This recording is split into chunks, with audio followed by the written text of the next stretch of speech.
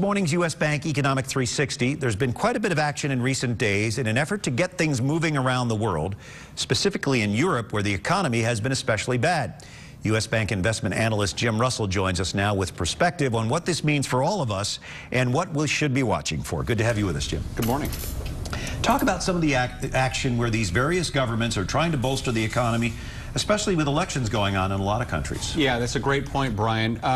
Let me just state first that it is an election period for many of the countries around the world. In fact, 7 of the G20 countries will have elections, of course, including the United States. And 50% of global GDP, or gross domestic product, have elections this year. And of course, that would include the United States as well. So it's really no coincidence that governments, at the very time that elections are occurring, are trying to get economic growth a little bit on the high side. Now, the central bank in the United States is called, of course, the Federal Reserve. And they, last week, started a third program that is likely to help homeowners in a variety of ways, and we'll talk a little bit about that. But let me also say that the Federal Reserve's mission, the reason for being, are twofold. Number one, stable prices. Inflation's at 1.7, so they pretty much accomplished that, but also full employment.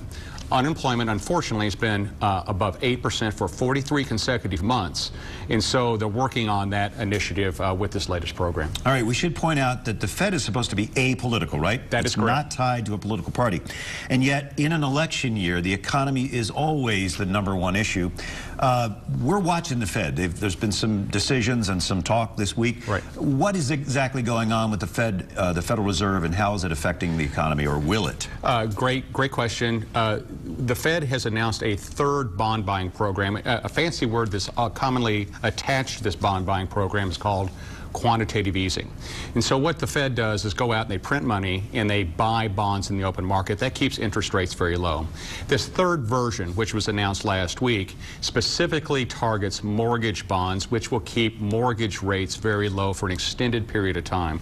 About a year ago, 30-year mortgage rates were at 4.1. Right now, they're in the 3.55% range. So already starting to work toward that. Of course, if housing activity picks up, that creates economic activity. Economic activity creates jobs, which is what this is all about.